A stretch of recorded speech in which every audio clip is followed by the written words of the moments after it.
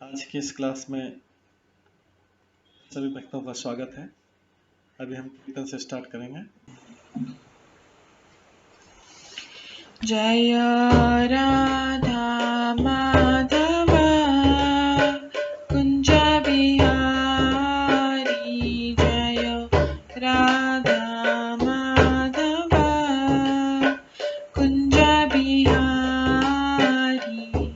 जय गोपीजन वल्लभ गिरिवर धारी, जय गोपीजन वल्लभ गिरिवर धारी, यशोदानंदन व्रज जनरंजन, यशोदानंदन व्रज जनरंजन, यमुना तीरावनचारी, यमुना तीरावनचारी, जय राधा माधव कुंज बिहारी, जय राधा माधव कुंज बिहारी, हरे कृष्णा कृष्णा कृष्णा हरे हरे, हरे राम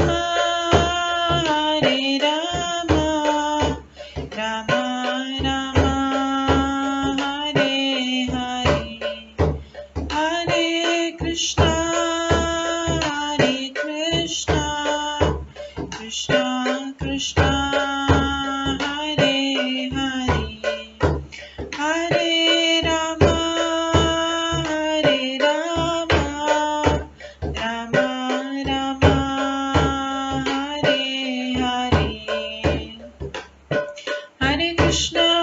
कृष्णा कृष्णा हरे हरे, हरे राम राम राम हरे हरे, हरे कृष्णा कृष्णा कृष्णा हरे हरे, हरे राम राम राम हरे हरे, हरे कृष्णा कृष्णा कृष्णा हरे हरे, हरे राम राम राम हरे हरे, हरे कृष्णा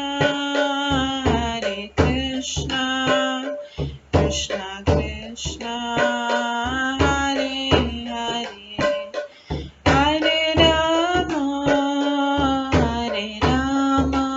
राम राम हरे हरे,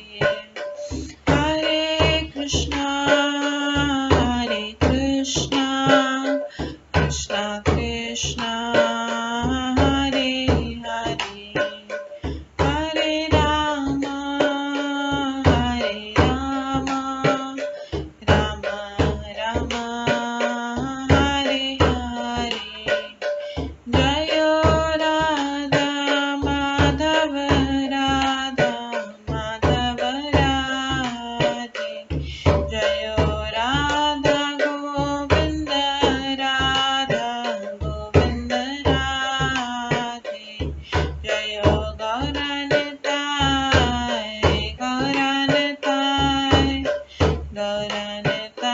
जय गौरनताय, जय जय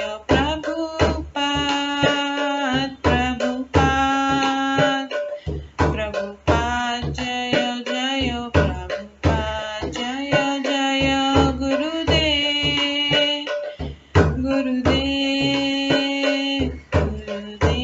जय जय गुरुदेव, नित्य गौर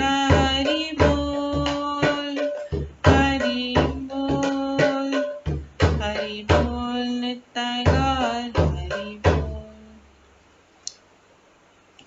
गौर प्रेमानंदे हरि हरि बोल। हरे कृष्णा। आज की इस क्लास में सभी भक्तों का स्वागत है। अभी मंगलाचरण से स्टार्ट करेंगे।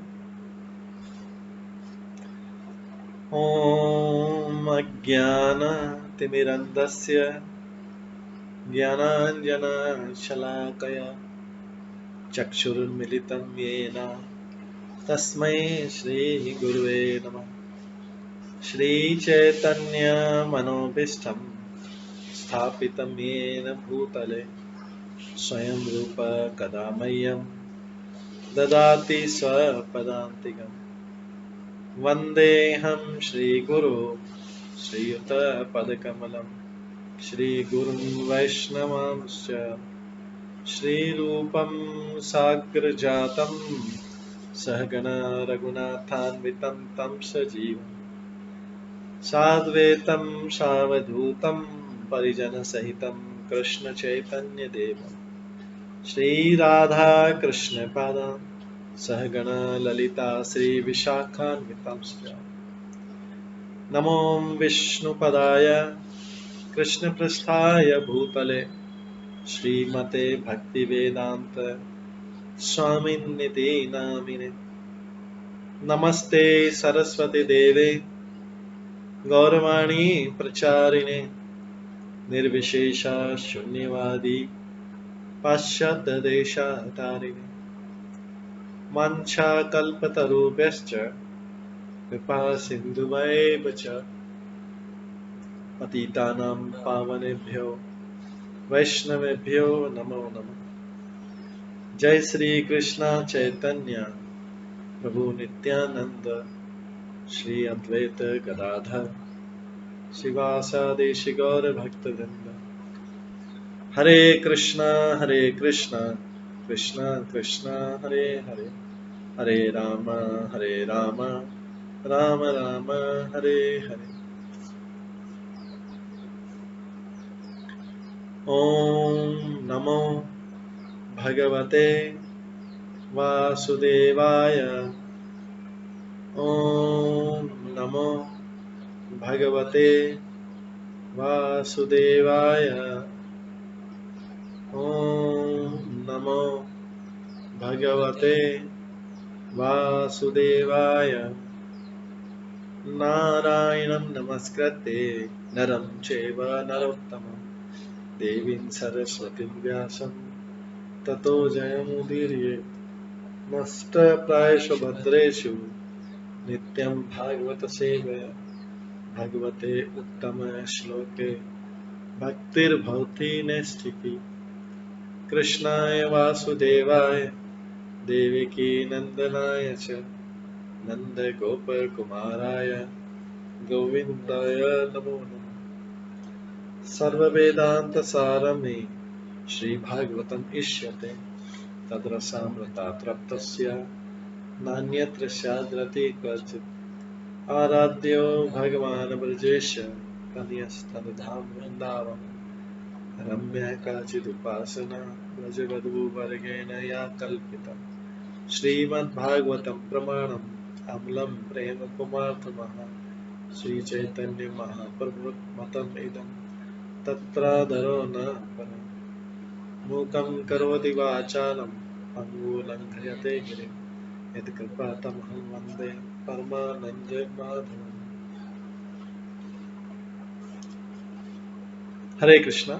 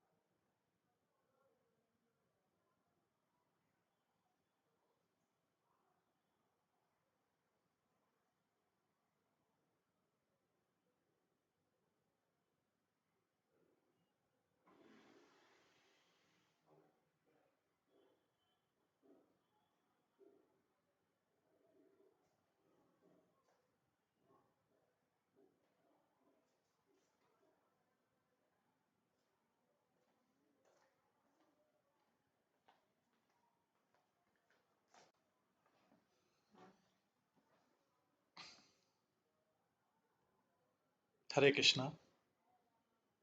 आज के इस क्लास में सभी भक्तों का स्वागत है। कल हम श्रवण करे थे श्रीमद् भागवतम के चौथे स्कंद के 21वें अध्याय से, जिसमें हम श्रवण करते महाराजा पृथु द्वारा उपदेश। इसमें हमने श्रवण किया था महाराजा पृथु अपनी प्रजा को और सभासदों को उपदेश दे रहे हैं। जिसे बताते हैं कि चेतना के विकास के अनुसार ईश्वर का साक्षात्कार होता है, इसलिए मनुष्य जीवन में विभिन्न प्रकार की तपस्याएं करने की संस्तुति की गई है, जिनका वर्णन भगवत गीता में किया गया। कर्म योग, ज्ञान योग, ध्यान योग तथा भक्ति योग। निसेनी की तरह योग की अनेक सीढ़ियां हैं जिनसे चढ़कर ऊपर तक पहुंचा जा सकता है। इन्हीं सीढ़ियों के स्तर के अनुसार व्यक्ति कर्म योग, ज्ञान योग, ध्यान योग और भक्ति योग में स्थित माना जाता है। निसंदेह भगवान के साक्षात्कार की निशानी में सबसे ऊपर की सीढ़ी भक्ति योग की। दूसरे शब्दों में अपनी चेतना के विकास के अनुसार मनुष्य को अपनी आत्मसत्ता का बोध होता है और इस प्रकार उसके पूर्णतः शुद्ध होने पर वह ब्रह्मानंद में स्थित होता है, जो अनंत है। अतः चैतन्य के रूप में भगवान द्वारा प्रवृत्त संकीर्तन आंदोलन सीधी तथा सरल विधि है, जिससे चेतना के लोग विशुद्ध रूप कृष्ण भावना तक पहुंचा जा सकता। जिस पद पर भगवान का पूर्ण साक्षात्कार हो जाता है, परमेश्वर के परम साक्षात्कार हेतु क्रमशः विभिन्न प्रकार के यज्ञों को संपन्न करने के आदेश प्राप्त हैं, जिसकी पुष्टि भगवान ने स्वयं भगवद गीता में की। ये था माम प्रपद्यन्ते ताम सततं भजामि। भगवान का साक्षात्कार मनुष्य द्वारा समर्पण के अनुपात में होता है। भगवान का साक्षात्कार मनुष्य द्वारा समर्पण के अनुपात में होता है। पूर्ण समर्पण तभी होता है जब मनुष्य में पूरा ज्ञान हो जाता है। बहुनाम जन्मनाम अन्ते ज्ञानमाम माम प्रपद्यते।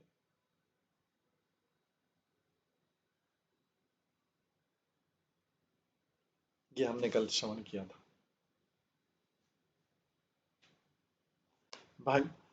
भगवान प्रत्येक जीव के भीतर परमात्मा के रूप में निरंतर वास करते हैं। प्रत्येक जीव प्रकृति द्वारा प्रदत्त भौतिक शरीर के अनुसार जागरूक होता है और भौतिक अवयव काल के वेग से सक्रिय होते हैं। इस तरह प्रकृति के 3 गुण प्रकट होते हैं। पशु जीवन में तमोगुण इतना प्रधान रहता है कि परमात्मा का बोध नहीं हो पाता है, यद्यपि पशु के हृदय में भी विद्यमान रहता है। किंतु मनुष्य जीवन में चेतना के विकसित होने के फलस्वरूप मनुष्य अपने कर्मों से तमोगुण तथा रजोगुण को लांग कर सतोगुण प्राप्त कर सकता है। इसलिए हर किसी व्यक्ति को सलाह दी जाती है कि वह आध्यात्मिक रूप से प्रगत व्यक्ति का संग करे।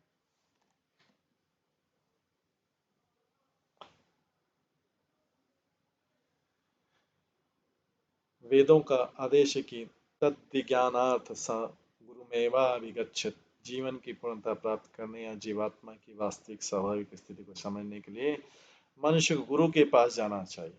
गुरुमेवाभिगच्छते, यह तो अनिवार्य है, इसमें किसी प्रकार की छूट नहीं।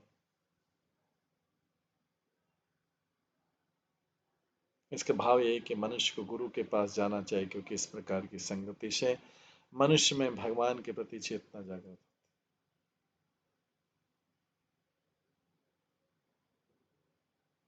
ऐसी चेतना की परम सिद्धि कृष्ण भावनामत कहलाती।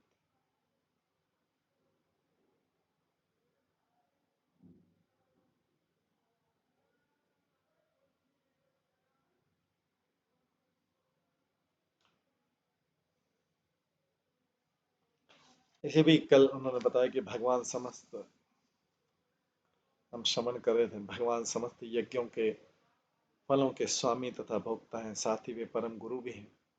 इस भूतल के आप सभी नागरिक जिनका मुझसे संबंध है, जो अपने कर्मों द्वारा भगवान की पूजा कर रहे हैं, मुझ पर परम अनुग्रह कर रहे हैं। अतः नागरिकों, मैं तुमको सबको धन्यवाद देता हूं। इस प्रकार से महाराज सबको धन्यवाद दे रहे हैं। कल हमने ये भी श्रवण किया था कि ब्राह्मण तथा वैष्णव अपनी सहिष्णुता तपस्या, ज्ञान तथा शिक्षा जैसे गुणों के द्वारा स्वयं ही महिमा मंडित होते हैं। इन दिव्य रिद्धियों के कारण वैष्णव राजकुल कुल से अधिक शक्तिशाली होते हैं। अतः सलाह दी जाती है कि राजकुल इन दोनों कुलों पर अपना शौर्य प्रदर्शित न करें और उनको अपमानित करने से बचें।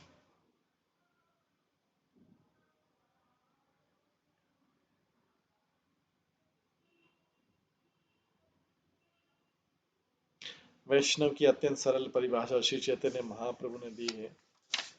जो किसी को तुरंत भगवान का स्मरण दिलाए वो वैष्णव है।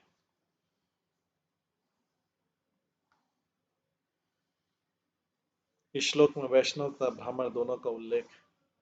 वैष्णव विद्वान ब्राह्मण माना जाता है, अतः वह ब्राह्मण वैष्णव या ब्राह्मण पंडित कहलाता है। दूसरे शब्दों में वैष्णव पहले से ब्राह्मण होता है, किंतु ब्राह्मण के लिए आवश्यक नहीं कि वो शुद्ध वैष्णव। जब कोई व्यक्ति अपनी शुद्ध सत्ता को जान लेता है, ब्रह्म जानाति, तो वो तुरंत ब्राह्मण बना। ब्रह्म जानाति थी ब्राह्मण, तो तुरंत ब्राह्मण बन जाता है। ब्राह्मण अवस्था में वो परम सत्य के विषय में निर्गुण दृष्टि रखता है, किंतु जब ब्राह्मण भगवान के सगुण रूप को जान लेता है तो वैष्णव बन जाता है। वैष्णव ब्राह्मण से भी बढ़कर होता है। भौतिक रूप से मानव समाज में ब्राह्मण का स्थान सर्वोच्च होता है, किंतु वैष्णव ब्राह्मण से भी बड़ा।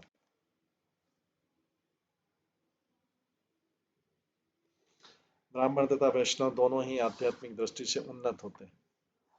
भगवद गीता में ब्राह्मण के गुण सत्यनिष्ठा, समता, इंद्रिय निग्रह, सहिष्णुता, सरलता, ब्रह्म ज्ञान, शास्त्रों में दृढ़ विश्वास तथा जीवन में ब्राह्मण गुणों का संप्रयोग बताया गया। इन गुणों के अतिरिक्त जब कोई भगवान की दिव्य प्रेमा भक्ति करता है तो वैष्णव बन जाता है।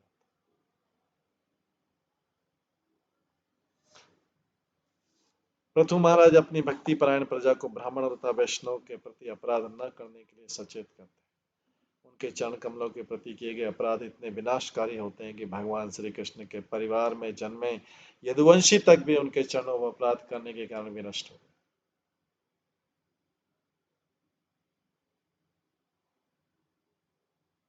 भगवान कभी भी ब्राह्मणों तथा वैष्णवों के चरण कमलों के प्रति अपराधों को सहन नहीं कर सकते। भगवान कभी भी ब्राह्मणों तथा वैष्णवों के चरण कमलों के प्रति अपराध को सहन नहीं कर सकते हैं। कभी कभी अपने अधिकारपूर्ण पदों के कारण राजकुमार अथवा सरकारी नौकर ब्राह्मणों तथा वैष्णव की उपेक्षा करते हैं। उन्हें पता नहीं रहता कि ऐसे अपराध के फलस्वरूप भी नष्ट हो जाए।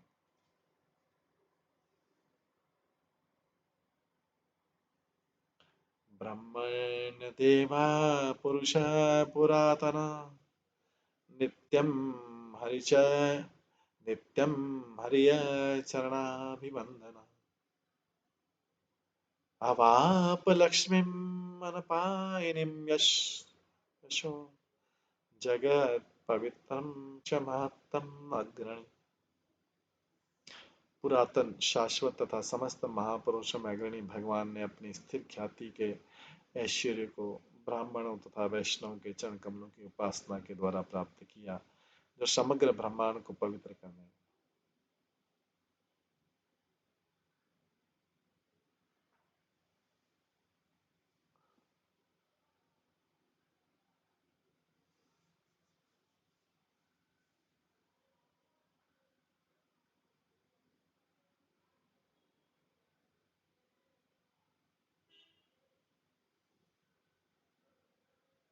यहाँ पर परम पुरुष को ब्रह्मण्य देव कहा गया। ब्रह्मण्य ब्राह्मण वैष्णव अथवा ब्राह्मण संस्कृति का द्योतक और देव का अर्थ है पूज्य भगवान।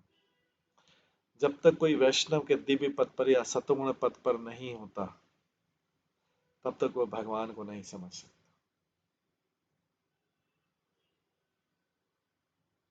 रजोद तथा तमोगुण की निम्न अवस्थाओं में तो भगवान को समझ पाना और भी कठिन होता है।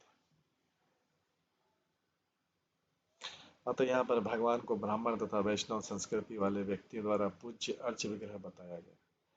नमो ब्रह्मण देवाय गो ब्राह्मण हिताय च जगत हिताय कृष्णाय गोविंदाय नमो नमः। भगवान कृष्ण ब्राह्मण संस्कृति तथा गोवंश आदि के रक्षक। इनको जाने तथा इनका सम्मान किए बिना ब्रह्म ज्ञान समझ में नहीं आता है, और इस ज्ञान के बिना कोई भी कल्याणकारी कार्य या मानवतावादी प्रचारकारी सफल नहीं हो सकता। भगवान पुरुष या परम भोक्ता होता है। वो भगवान न केवल अवतार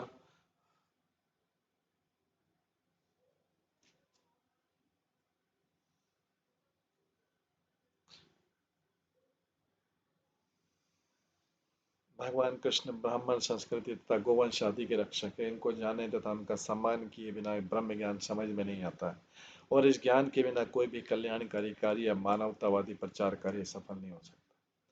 भगवान पुरुष या परम भोक्ता है। वह भगवान न केवल अवतार लेने पर भोक्ता है, वरन शाश्वत अनादि काल से वह ऐसा करता है।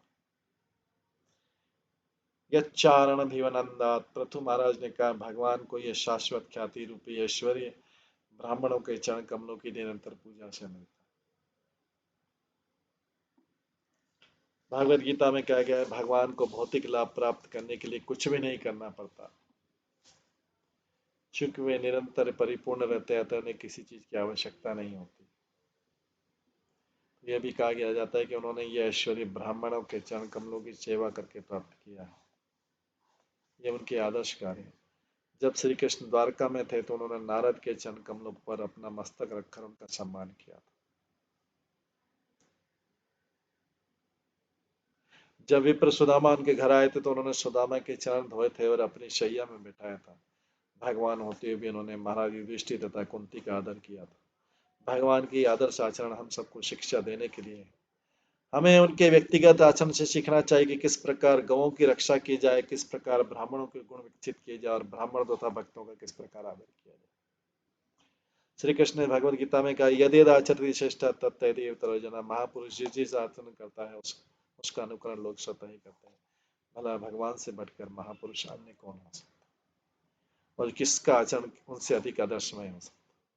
ऐसा नहीं कि उन्हें भौतिक लाभ प्राप्त करने के लिए इन कर्मों को करने की आवश्यकता होती है, अपितु संसार को आचरण सिखाने के लिए सारे कार्य संपन्न किए।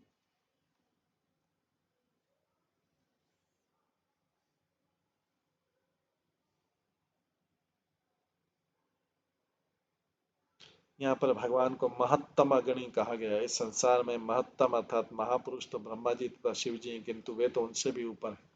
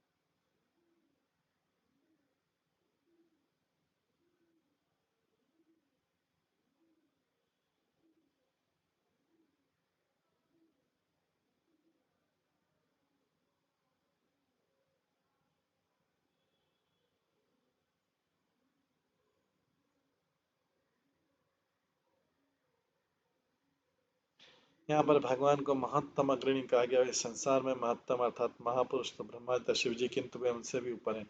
नारायण परव्यक्तात्, भगवान इस संसार में उत्पन्न की गई समस्त वस्तुओं से ऊपर दिव्य स्थिति में।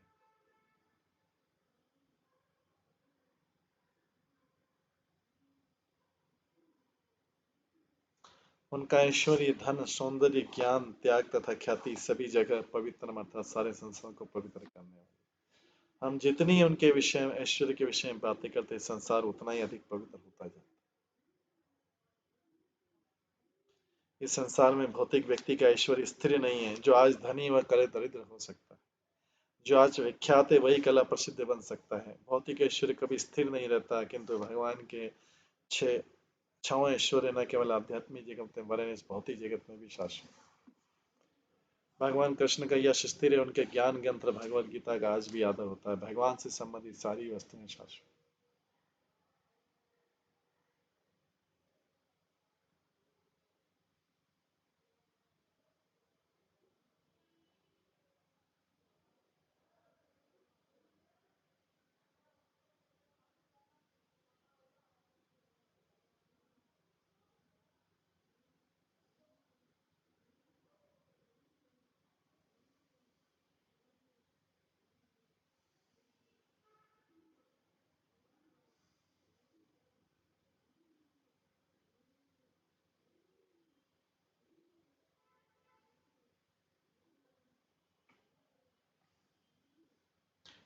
यत् सेवया शेषगुहाशय स्वरा विप्रा प्रिया तुष्यन्ति काममीश्वर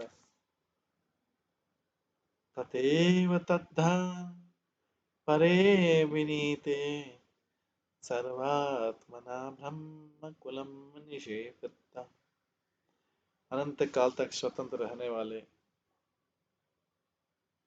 अनंत काल तक स्वतंत्र रहने वाले तथा प्रत्येक हृदय में वास करने वाले भगवान उन लोगों से अत्यधिक प्रसन्न रहते हैं जो उनके चरण चिन्हों का अनुसरण करते हैं।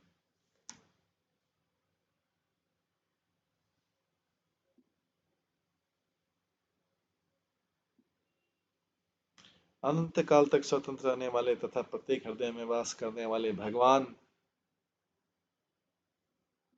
उन लोगों से अत्यधिक प्रसन्न रहते हैं जो उनके चरण चिन्हों का अनुसरण करते हैं और बिना किसी हिचक के ब्राह्मण तथा वैष्णव के वंशजों की सेवा करते हैं,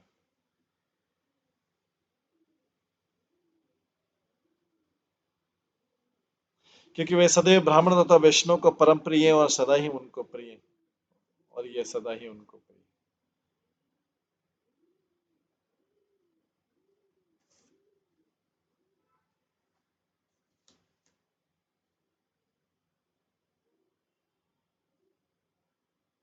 कहा जाता है कि भगवान यह देखकर अत्यधिक प्रसन्न होते हैं कि कोई उनके भक्त की सेवा कर रहा है।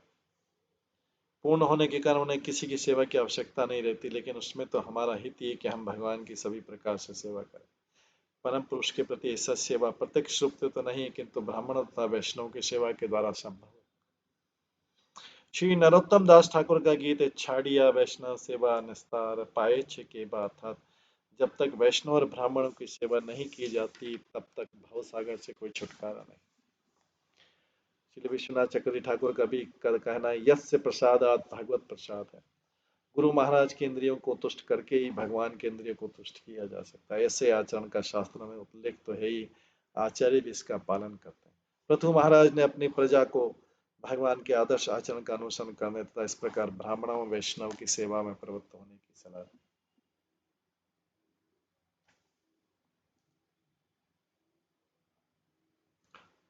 पुमान् लभेत नतिवेलमात्मनः प्रसीदत हत्यन्तशमं स्वतः स्वयं यत नित्य संबंध निषेवया ततः परम किमत्र असते मुखम हविभुजा।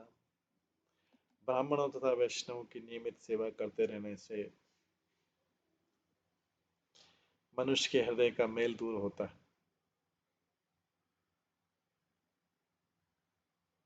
और इस प्रकार परम शांति तथा भौतिक आसक्ति से मुक्ति मिलती है और वो संतुष्ट है। इस संसार में ब्राह्मणों की सेवा से बढ़कर कोई सकाम कर्म नहीं, क्योंकि इससे देवता प्रसन्न होते हैं जिनके लिए अनेक यज्ञों की संस्कृति की जाती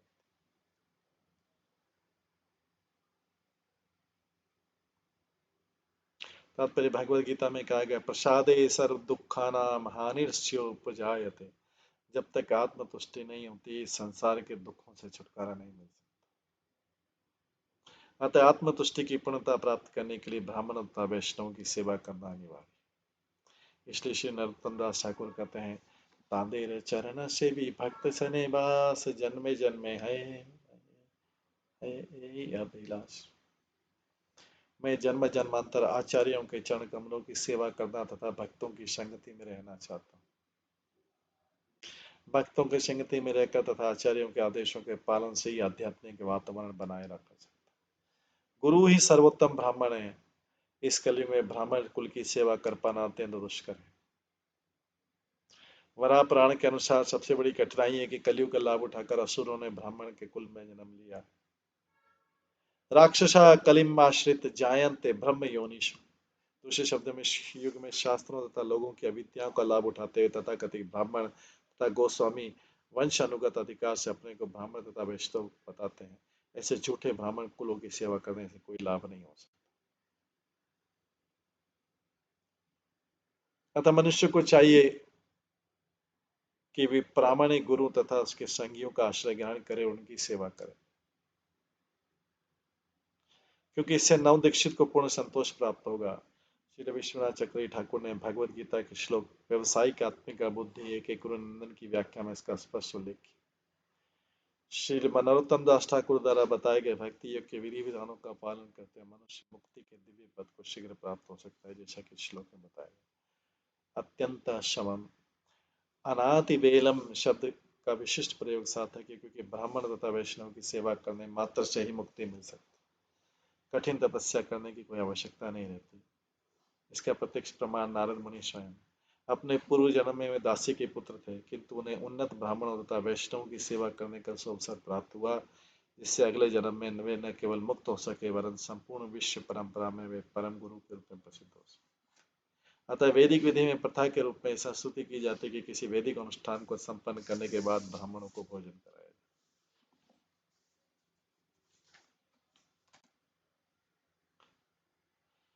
अश्नात्यनन्तः खलु तत्त्वको विदे श्रद्धा हुतं यत्न मुखे जिनामभि न मे तथा चेतनया बहिष्कृते हुताशने पारमहंस पर्यगो। यद्यपि भगवान अनंत विभिन्न देवताओं के नामों से अग्नि में अर्पित हवियों को खाते हैं,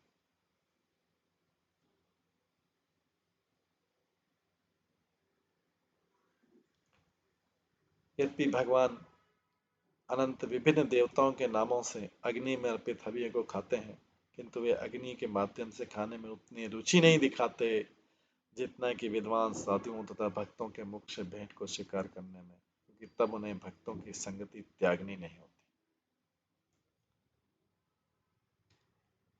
तात्पर्य वैदिक आदेश के अनुसार अग्नि यज्ञ विभिन्न देवताओं के नामों पर भगवान को भोजन प्रदान करने के लिए किया जाता है। अग्नि यज्ञ करते समय मंत्र में स्वाहा शब्द का उच्चारण किया जाता है, जैसे इंद्रियाय स्वाहा, आदित्याय स्वाहा।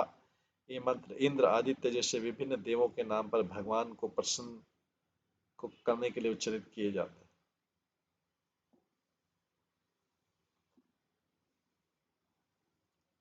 क्योंकि भगवान का कथन है, ना हम तिष्ठामि वैकुंठे योगिनाम हृदयेषु वा तत्र तिष्ठामि नारद यत्र गायन्ति मद्भक्ता। नाहं तिष्ठामि वैकुंठे योगिनाम हृदयेषु वा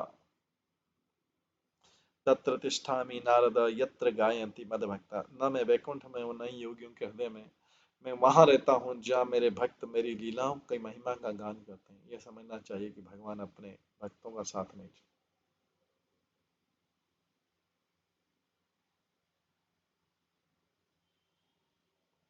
अग्नि जीवन शून्य है, किंतु भक्त तथा ब्राह्मण परमेश्वर के सजीव प्रतिनिधि हैं।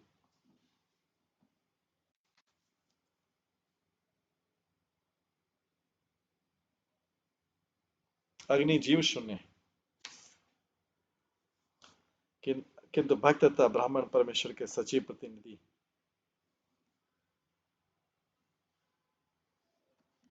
अतः ब्राह्मण और वैष्णव खिलाने का अर्थ प्रत्यक्ष भगवान को खिलाना। अतः निष्कर्ष निकाला जाता है कि अग्नि में आहुति की डालने की अपेक्षा मनुष्य को चाहिए कि ब्राह्मण तथा वैष्णव को भोजन दे, क्योंकि यह विधि अग्नि यज्ञ की अपेक्षा अधिक प्रभावशाली। इस सिद्धांत का प्रत्यक्ष उदाहरण अद्वैत प्रभु ने प्रस्तुत किया। जब उन्होंने अपने पिता का श्राद्ध उत्सव किया तो सबसे पहले उन्होंने हरिदास ठाकुर को बुलाकर उन्हें भोजन दिया। ये प्रथा है कि श्राद्ध कर्म के बाद किसी उच्च ब्राह्मण को भोजन दिया जाए,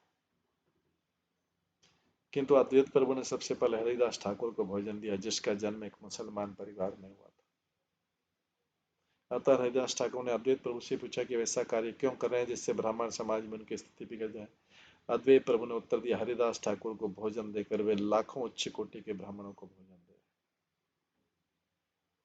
वे इस बात के लिए किसी भी विद्वान ब्राह्मण से बात करने के लिए तैयार थे और सिद्ध करना चाहते थे कि हरिदास ठाकुर जैसे शुद्ध भक्त को भोजन देकर वे उतना आशीष प्राप्त करते हैं जितना कि हजारों विद्वान ब्राह्मणों को भोजन कराना चाहिए। यज्ञ करते समय लोग आहुति डालते हैं, किंतु यदि वैष्णवों को ये आहुतियां दे दी जाए तो निश्चय अधिक प्रभावशाली होगी।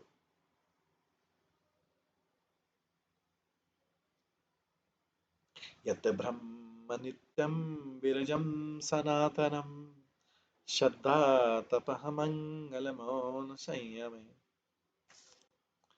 समाधिना बिप्रतिहर्तदृष्टे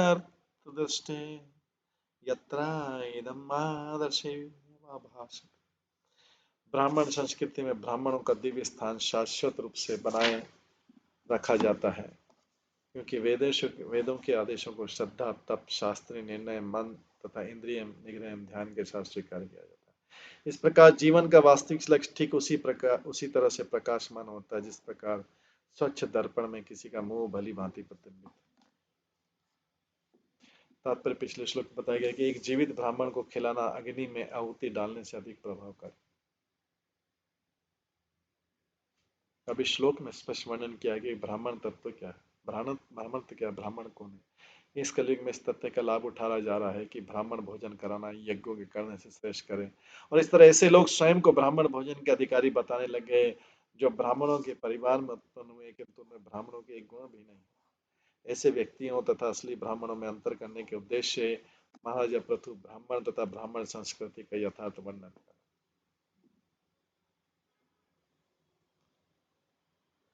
मनुष्य को प्रकाशहीन अग्नि की भांति बनकर अपनी स्थिति का लाभ नहीं उठाना चाहिए।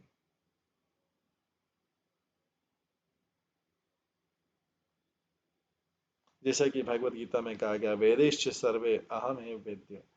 वैदिक निर्णय या वेदांत ज्ञान कृष्ण ज्ञान है, और तथ्य के जिस रूप में श्री कृष्ण है उसके जान लेने से मनुष्य पूर्ण ब्राह्मण हो जाता है, जैसा कि भगवत गीता में उल्लेखित है, जन्म कर्म च मे दिव्यम एवं योगति तत्। जो ब्राह्मण श्री कृष्ण को अच्छी तरह जान लेता है वह सदैव दिव्य स्थिति में रहता है। इसकी पुष्टि भी भगवत गीता में हुई। मामयि च यो व्यभिचारिणे भक्ति योगेन सेवते सगुणान् समतीत्येता न ब्रह्म भूयाय कल्पते।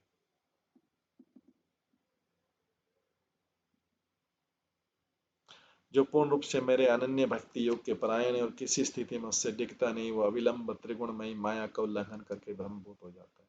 अतः भगवान कृष्ण का भक्त वास्तव में एक पूर्ण ब्राह्मण है। उसकी स्थिति दिव्य होती है क्योंकि वो बद्ध जीवन के चारों दोषों से मुक्त होता है। ये दोष है त्रुटि करना, मोहग्रस्त होना, धोखा देना तथा पूर्ण इंद्रियों वाला होना। पूर्ण वैष्णव या कृष्ण भक्त सदैव दिव्य स्थिति में रहता है क्योंकि वह कृष्ण तथा उसके प्रतिनिधि के रूप में बोलता है। चूंकि वैष्णव लोग श्री कृष्ण के ईश्वर में बोलते हैं, अतः जो कुछ भी कहते हैं वह चारों दोषों से रहित होता है। उदाहरण श्री कृष्ण ने भगवद गीता में कहा, प्रत्येक व्यक्ति को चाहिए कि उन्हीं का चिंतन करे, उन्हीं का भक्त बने, उन्हीं को नमस्कार करे, उन्हीं की पूजा करे और अंत में उन्हीं की शरण में जाए।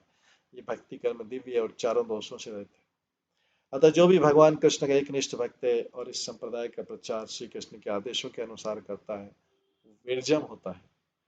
अतः असली ब्राह्मण या वैष्णव वेदों के निर्णय पर या भगवान द्वारा दिए गए वैदिक ज्ञान पर निर्भर करता है। केवल वैदिक ज्ञान से हम परम सत्य की वास्तविक स्थिति को समझ सकते हैं, जो श्रीमद् भागवत के अनुसार तीन रूपों में प्रकट होती है, निर्गुण ब्रह्म, अंतर्यामी परमात्मा तथा भगवान। ये ज्ञान सनातन काल से संपूर्ण माना जा रहा है और ब्राह्मण या वैष्णव संस्कृति इसी सिद्धांत पर आश्रित है। अतः मनुष्य को चाहिए कि वेदों का अध्ययन न केवल ज्ञान अर्जन के लिए करे, वरन इस ज्ञान तथा कार्यकलापों को भगवान तथा वेदों के शब्दों में श्रद्धा से फैलाने के लिए।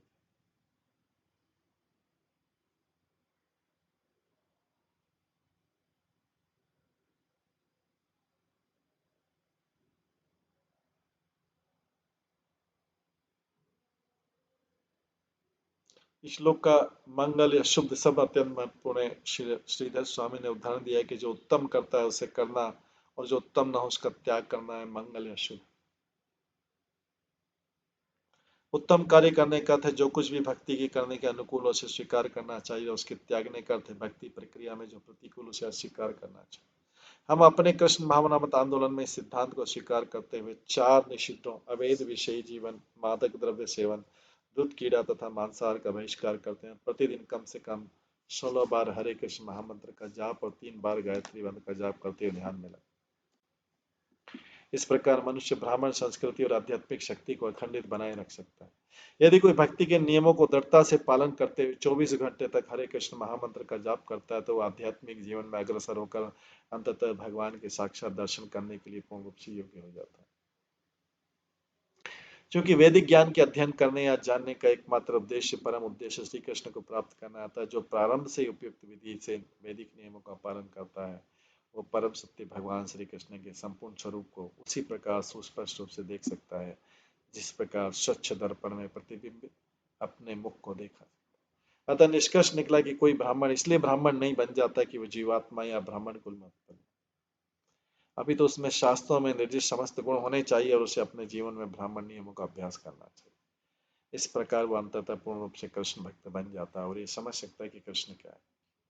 ब्रह्म संहिता में इसका निम्नलिखित वर्णन मिलता है कि भक्त किस प्रकार अपने हृदय के भीतर श्री कृष्ण को अपने समक्ष देखता है।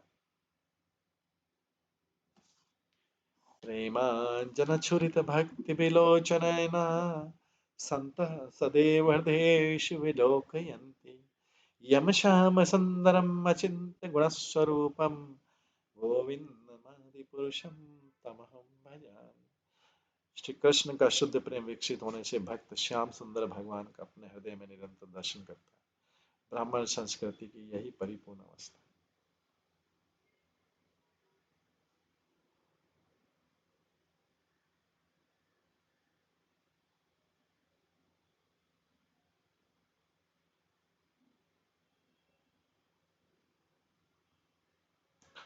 आगे बोलते हैं तेषाम हम पाद सरोज रेणु मार्यावहेदादिकिरीटमायु यमनित्यदापि प्रपदाशु पापं नश्यत्यममु सर्वगुणा भयन्ति। यहाँ पर समुपस्थित हे आर्यगण, मैं आपका आशीर्वाद चाहता हूँ कि मैं आजीवन आपके मुकुट में ऐसे ब्राह्मण तथा वैश्यों के चरण कमलों की धूलि धारण करता हूँ। जो ऐसी चरण धूलि धारण करता है वो शीघ्र ही पापमय जीवन से उत्पन्न समस्त कर्म फलों से मुक्त हो जाता है और अंततः समस्त उत्तम तथा वांछित गुणों से परिपूर्ण हो जाता है।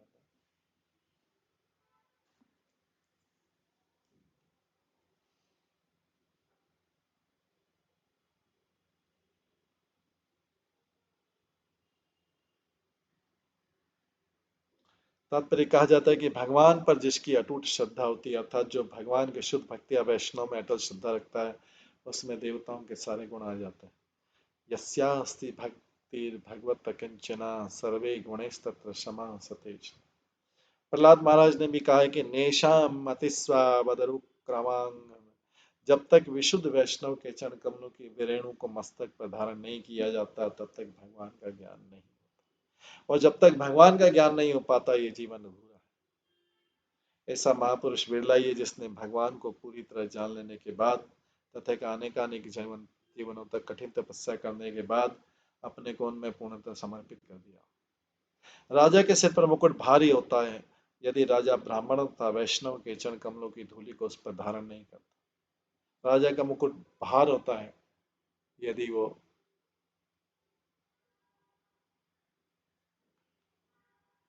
यदि पृथु महाराज जैसे उदार राजा ब्राह्मण तथा वैष्णव के आदर्शों का अनुसरण नहीं करता अथवा ब्राह्मण संस्कृति का पालन नहीं करता तो वो राज्य पर भार स्वरूप होता है, क्योंकि वो प्रजा का कल्याण नहीं कर सकता।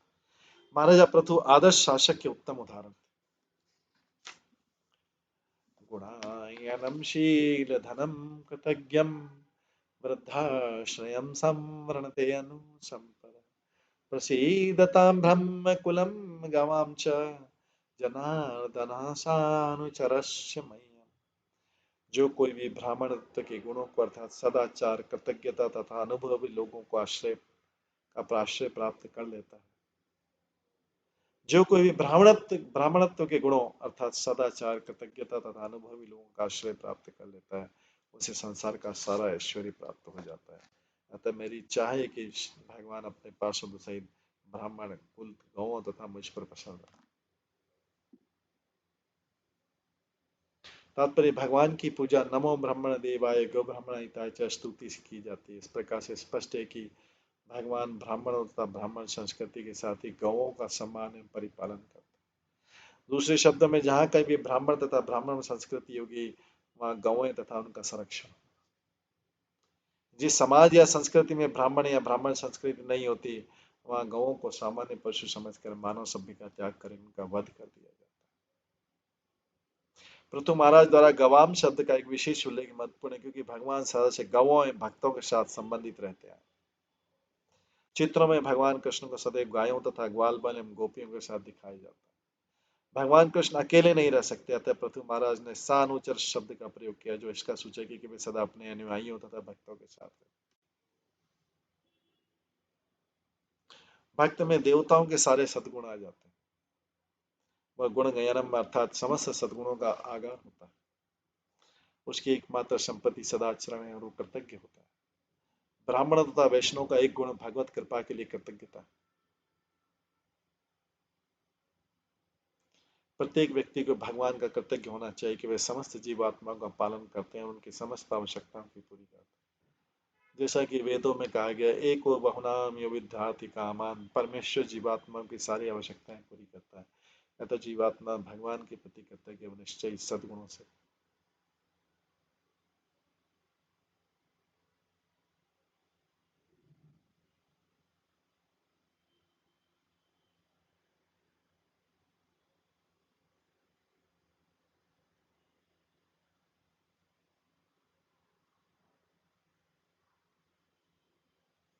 इस श्लोक का वृद्धाश्रम शब्द भी महत्वपूर्ण है। वृद्ध से ज्ञान में बढ़े चढ़े व्यक्ति का बोध होता है। वृद्ध पुरुष दो प्रकार के एक होते हैं, एक तो वे जिनकी आयु अधिक रहती है, दूसरी जो ज्ञान ज्ञान में बढ़े चढ़े। आयु बढ़ने से कोई वृद्ध नहीं हो जाता, जो ज्ञान में बढ़ा चढ़ा होता है वही वास्तव में वृद्ध है। ज्ञान वृद्ध, वृद्धाश्रय का अर्थ है वो व्यक्ति जो ज्ञान में बड़े चढ़े गुरुजनों की शरण ग्रहण करता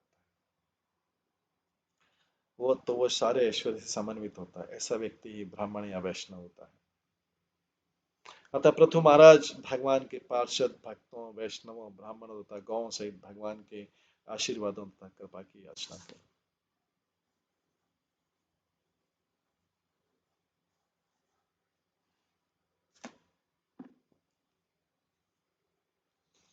मैत्रेय उवाच इति ब्रुवाणं नृपते पितृदेवद्विजातया तुष्टुः हृष्टमनसः साधुवादेन साधव। मैत्री ऋषि ने कहा, राजा पृथु का इस प्रकार संभाषण करते हुए सुनकर सभी देवताओं, पितरलोक के वासियों, ब्राह्मणों तथा सभा में उपस्थित साधु पुरुषों ने अपनी शुभकामनाएं व्यक्त करते साधुवाद दिए।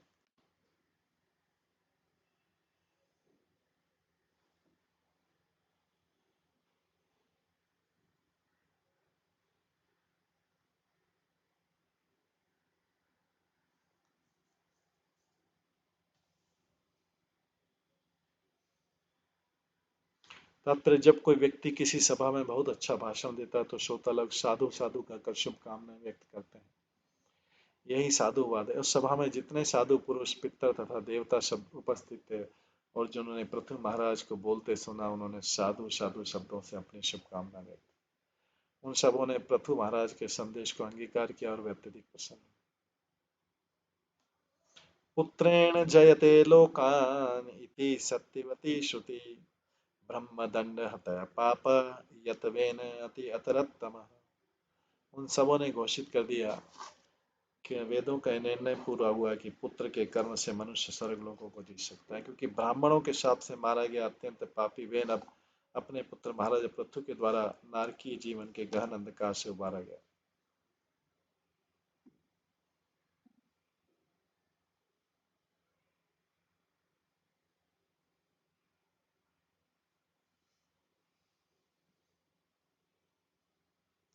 उन सबों ने घोषित किया कि वेदों का निर्णय पूरा हुआ कि पुत्र के कर्म से मनुष्य स्वर्ग लोक को जीत सकता है, क्योंकि ब्राह्मणों के शाप से मारा गया पापी वेन अब अपने पुत्र महाराज पृथु के द्वारा नारकीय जीवन के गहन अंधकार से उबारा गया था।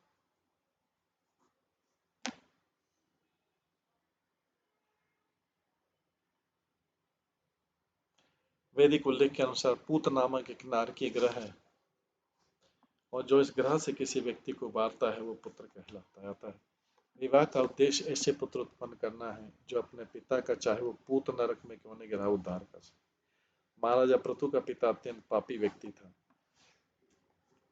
अतः ब्राह्मणों ने शाप द्वारा उसे मार डाला था। उस सभा में उपस्थित सभी साधु पुरुष, मुनि तथा ब्राह्मण महाराजा पृथु से उनके जीवन के महा उद्देश्य को चुनकर आश्वस्त हो चुके थे कि वेदों का कथन सत्य सिद्ध हो चुका। धार्मिक विवाह में पत्नी को ग्रहण करने का प्रयोजन पुत्र की प्राप्ति। ऐसा पुत्र जो अपने पिता को नारकीय जीवन के गहन अंधकार से उबारने में समर्थ। विवाह का उद्देश्य इंद्रिय तृप्ति नहीं, अपितु पिता को उबारने वाले योग्य पुत्र की प्राप्ति। किंतु यदि पुत्र अयोग्य असुर हो जाए तो फिर वो अपने पिता को नारकीय जीवन से कैसे उबार सकता। अतः पिता का धर्म है कि वो वैष्णव होकर बच्चों को वैष्णव बनाए, तभी पिता धोखे से भी अगले जन्म में नरक में गिरता है, तो ऐसा पुत्रों से उसी प्रकार उबार सकता है जिस प्रकार महाराजा पृथु ने अपने पिता का उद्धार किया।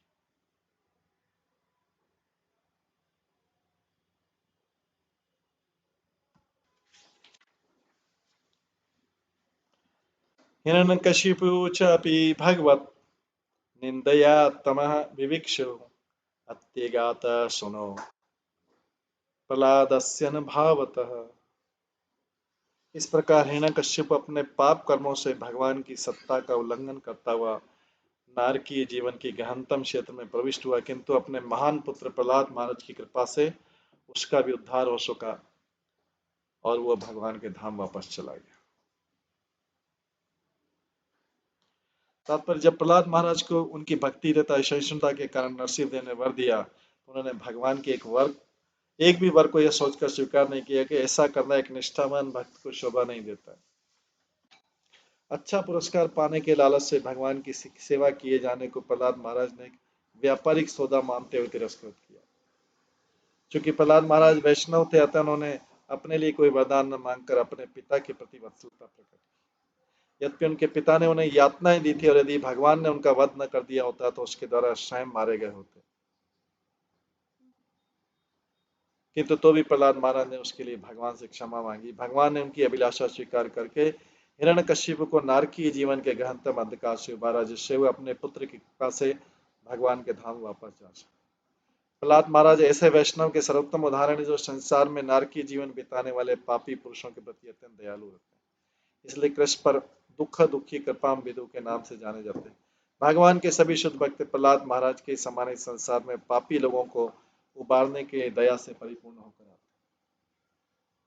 वे सभी प्रकार के कष्टों को सहिष्णु बनकर सहते हैं, क्योंकि यह वैष्णव का एक अन्य गुण है जो संसार की नारकीय दशाओं से पापी पुरुषों के उद्धार के लिए प्रयत्नशील रहता है। अतः वैष्णव को निम्न विधि से संस्तुति की जाती है। वांछा कल्पतरुभ्यश्च कृपा सिंधुभ्यैव च पतितानां पावनेभ्यो वैष्णवेभ्यो नमो नमः।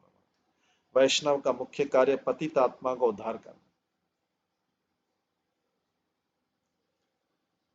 वीरवर्य पिता पृथ्वा समा संजीव शाश्वती यस्यीदृशी अच्युते यस्य ईदृशी अच्युते भक्ति सर्वलोकैक भर्तरी। सभी साधु ब्राह्मणों ने पृथु महाराज को इस प्रकार संबोधित किया, हे वीर श्रेष्ठ, हे पृथ्वी के पिता, आप दीर्घजीवी हो, क्योंकि आप में समस्त ब्रह्मांड के स्वामी अच्युत भगवान के प्रति अत्यधिक श्रद्धा। तात्पर्य, सभा में उपस्थित साधु पुरुषों ने पृथु महाराज को दीर्घ आयु प्राप्त करने का आशीर्वाद दिया, क्योंकि भगवान के प्रति उनकी श्रद्धा तथा भक्ति अटूट थी। यद्यपि जीवन की अवधि सीमित वर्षों की होती है, किंतु यदि सौभाग्यवश कोई एक भक्त हो जाता है तो वह प्रदत्त जीवन अवधि को पार कर लेता है। निसंदेह कभी कभी योगी अपनी इच्छानुसार मरते हैं, प्राकृतिक नियमों के अनुसार नहीं। भक्त की दूसरी विशेषता है कि वह भगवत भक्ति के कारण सदा सदा के लिए जीवित रहता है। कहा गया है, कीर्ति सजीवती, जो अपने पीछे ख्याति छोड़ता है वह सदैव जीवित रहता है।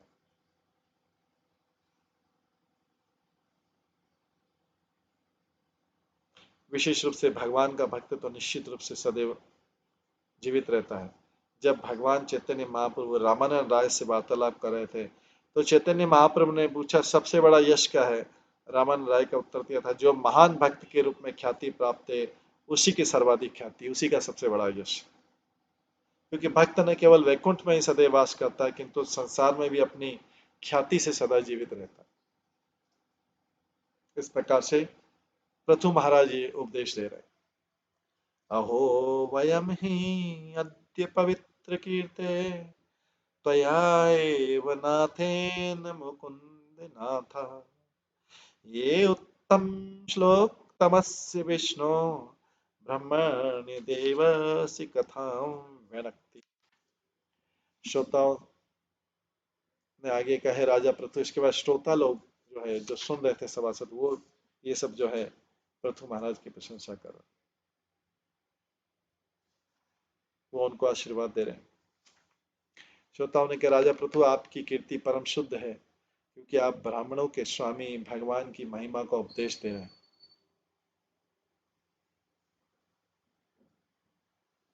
हमारे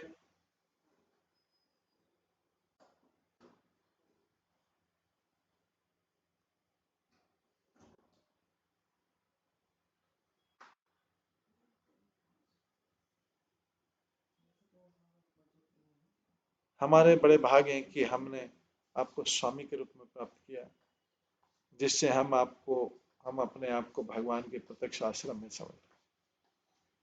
तात्पर्य, नागरिकों ने घोषित किया कि महाराजा पृथ्वी के संरक्षण में रहते हुए अपने को भगवान के संरक्षण में समझ रहे। इस संसार में इस प्रकार की समझ सामाजिक स्थायित्व की स्थिति, चूंकि वेदों का कथन है कि भगवान ही समस्त जीवों के पालक और नायक है, अतः राजा या शासनाध्यक्ष को परम पुरुष का प्रतिनिधि होना चाहिए, तभी वे भगवान के समान सम्मान प्राप्त करने का दावा कर सकता है। इस श्लोक में यह भी संकेत दिया गया है कि राजा या शासनाध्यक्ष किस प्रकार समाज का नायक बन सकता है, क्योंकि पृथु महाराज भगवान विष्णु की श्रेष्ठता तथा उनकी महिमा का गान कर रहे थे। ऐसे राजा या नेता की अध्यक्षता में रहना मानव समाज का पूर्ण अधिकार है, अतः वे भगवान के उचित प्रतिनिधि थे। ऐसे राजा नेता का मूल दायित्व अपने राज्य में ब्राह्मण संहिता तथा गौओं को सुरक्षा प्रदान करना। इस प्रकार से पहले पृथु महाराज ने उपदेश दिया और फिर सारे श्रोता लोग जो है उन पृथु महाराज की प्रशंसा कर रहे।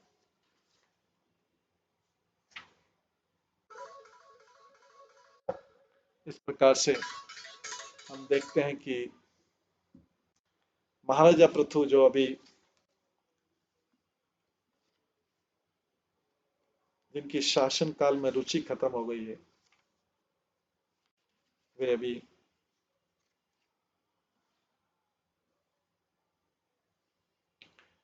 अपनी प्रजा सभासदों से वार्तालाप कर। ये सभासदों से वार्तालाप और ये उपदेश उनका अगले कुछ श्लोकों में और भी रहेगा।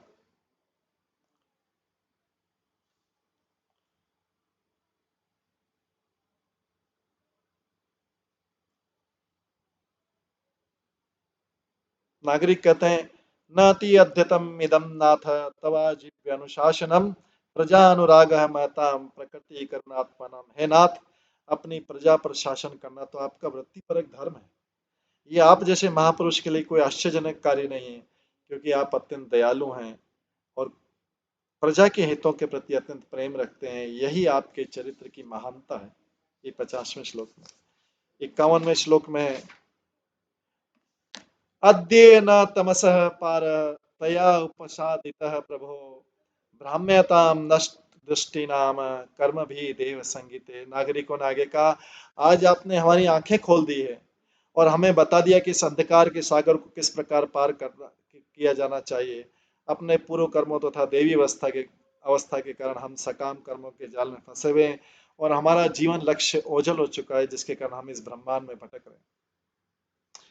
इस अध्याय के लास्ट श्लोक में बोलते हैं, नमो विवृद्ध सत्वाय पुरुषाय महीयसे यो ब्रह्म क्षत्रमाविश्य विभर्ति इदम स्वतेजसा। हे स्वामी, पृथु महाराज को बोल रहे, आप विशुद्ध सत्व की स्थिति को प्राप्त हैं, अतः आप परमेश्वर के सक्षम प्रतिनिधि हैं।